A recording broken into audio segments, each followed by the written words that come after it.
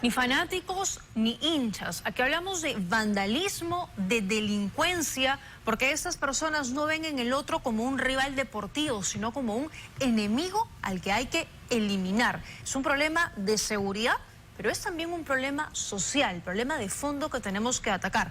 Por eso hemos invitado esta noche a los estudios al señor Alberto Jordán, asesor en seguridad del alcalde de Lima. Gracias por estar aquí. Y también a Jorge Yamamoto, psicólogo social. Bienvenido. Es importante poder conversar con ustedes, que son especialistas en sus materias, sobre este problema que ocurre cuando tenemos partidos de diferentes equipos, sobre todo aquellos que recogen la mayor cantidad de hinchaje a nivel nacional.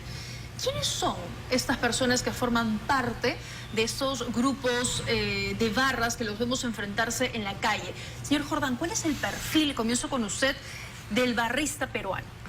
Bueno, esta es consecuencia de un problema familiar, de sección escolar, falta que el Estado le dé oportunidades, la indiferencia social, ¿no? Y ante todo, que esto no es de ahorita, esto viene de tiempo, donde siempre se le han pedido a los clubes que presenten la lista de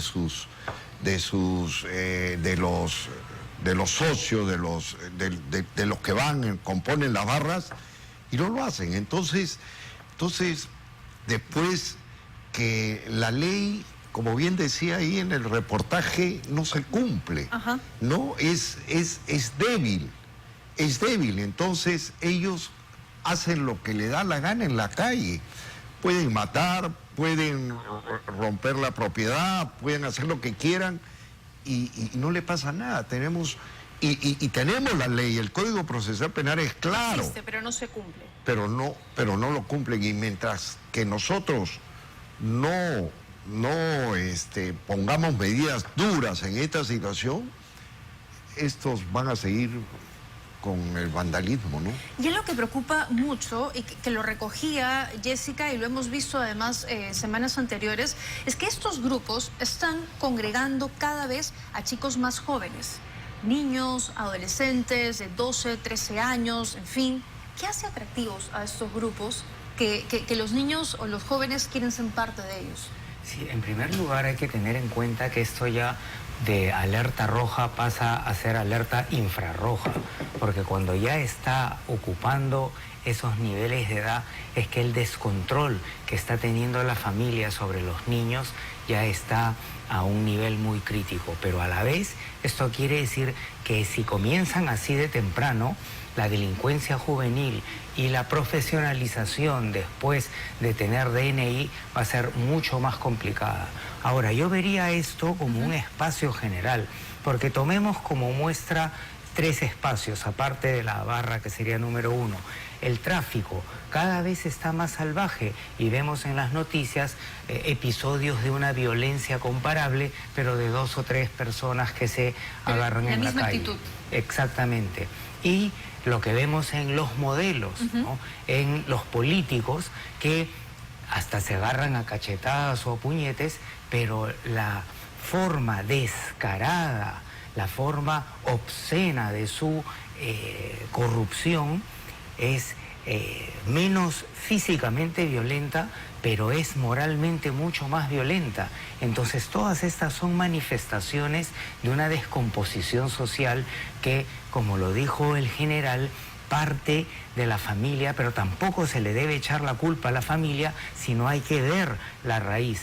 Está en un extremo el enforzamiento policial y judicial, que tampoco está funcionando perfectamente, y por otro lado la crisis de la familia, no solamente con negligencia, es decir, abandono, sino con presencia de maltrato psicológico y físico. Es muy cierto, por eso es que finalmente estos chicos encuentran un refugio en estas bandas, ¿no? Leía el testimonio de un ex barrista que decía que había encontrado en ese grupo otra familia y que había adoptado la violencia como su forma de ser, ¿no? Porque era donde había encontrado finalmente un espacio donde se sentía cómodo. Si lo entendemos de esa manera, señor Jordán, ¿por qué no existe una planificación, medidas de prevención, y no solo actuar en base a la coyuntura, cuando hay partidos, seguirlas, sino ir más allá de esto?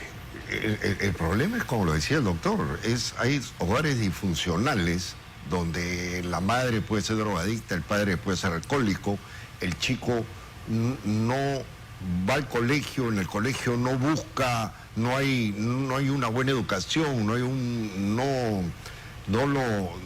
lo llevan por un buen camino, y entonces él, a ver eso, lo primero que hace es unirse a la barra, a las barras, y posteriormente a la droga, con la droga, y de ahí ya comienza a hacer comienza ya a delinquir en situaciones más grandes. Pero porque falta autoridad, porque no hay nadie que esté hablando de eso. Mira, pero también hay que decir una cosa, la policía utiliza aproximadamente 3.000 efectivos para cualquier tipo de partido. Ahora, somos 11 millones en Lima, y de los cuales la policía tampoco en estos momentos no tienen vehículos, no tienen unidades, no tiene cómo desplazarse.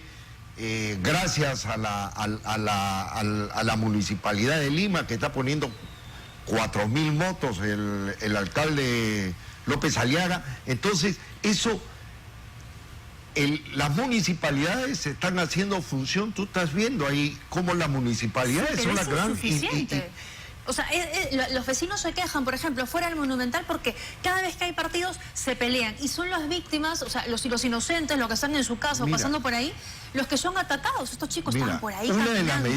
Una de las medidas que hace tiempo la indiqué es que toda persona que entre a espectáculos públicos debe entrar con su DNI y pasar el lector de barras, y vas a hacer un backup.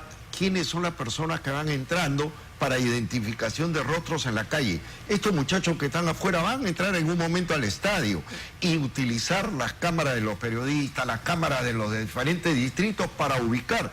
Y no lo vas a agarrar ahí, lo vas a agarrar a los 2 días, que por decir te va a comprar su pan o está en otra situación. Pero tiene que haber autoridad y voluntad, que es lo que no parece que por lo menos de momento no hay. ¿Cuál es el futuro de estos chicos? ¿Terminar en bandas criminales? O sea, ¿qué les espera a ellos en el contexto en el que estamos? Sí, y para llegar a eso quería volver a un punto que no terminé de responder. Sí. Es el siguiente: los niños tienen que tener espacios donde sacar su pequeño primitivo, pero esos espacios tienen que estar controlados. Entonces, salen a jugar, se empiezan a pelear, hacen un escándalo muy grande, la mamá pone orden, los van educando, y así van a través del juego desarrollando normas. Pero cuando eso falla y se sale de control, vemos lo que está ocurriendo. Entonces, si estos niños solamente encuentran un espacio y luego hay otros vectores como los padres, como buenos trabajadores sociales, el tema del barrio, eso va a sumar y va a quedar un poquito antisocial, criollón, como todo peruano, pero no va a convertirse en delincuente. Pero si eso se descuida y no encuentra caminos deportivos sanos y no encuentra modelos, por ejemplo, sembrar modelos, no hay que trabajar con 1 millón de personas, sino con 150 modelos que se van detectando, insertando, educando, jugando, dándoles espacios deportivos y valores. Porque lo que preocupa aquí también es el nivel de violencia, que lo hemos comentado ya en otras oportunidades. Hace unos años, porque este problema por lo menos tiene más de 30 años, uno veía que los pandilleros se enfrentaban en una calle, se lanzaban piedras, y después de unos minutos, con la presencia incluso del serenazgo, nada más se retiraban. Pero hoy los vemos armados. En el caso que presentaba Jessica del fin de semana, han sido como 30 personas que han ido, o si no eran más, a atacar a 2 chicos que estaban solos, inocentes, a despojarlos de sus prendas, a robarle las cosas. O sea que la situación de violencia es mucho más grande, ¿no? Mira, o sea, el problema que nos estamos enfrentando es realmente serio. Mira, Tatiana, en el 2002... donde el Acuerdo Nacional se crea la 7ª política, ya, que es erradicación de la violencia y defensa de la cultura y el deporte. ¿Qué hemos hecho del 2002 a la fecha? ¿Se ha cumplido la política pública? No se ha cumplido. ¿Por qué no se ha cumplido? No se ha cumplido porque No les interesa. En estos momentos el Perú está atravesando por una situación que más le interesa es el poder que empoderar los hogares, que empoderar a los profesores, que haya una buena currícula, que haya un civismo. ¿Sabe qué? El Estado se ha olvidado de la sociedad, se ha olvidado de la familia, se ha olvidado del niño. El niño crece y no sabe qué va a hacer, ¿no? Y crece desorientado, como dice el doctor. Y llega un momento en que dice, no tengo afecto en los padres, no tengo afecto en el colegio, ¿dónde me voy? Pero mis amigos me quieren. Lo que hay en la calle, ¿no? Los malos ejemplos que hay en la calle. Y sobre el hecho que acabas de comentar es bien interesante porque históricamente arrancaban las dos barras y se mantenían más o menos en paralelo, pero si alguien cometía el error de una barra del equipo A que estaba caminando por la ruta del equipo B con la camiseta escondida, pero que se le veía la cosita del color, ocurría eso. Es un enemigo. Exacto, entonces es el cerebro primitivo, como si fueran tribus en guerra. Por eso hablábamos del cerebro primitivo que debe ser controlado.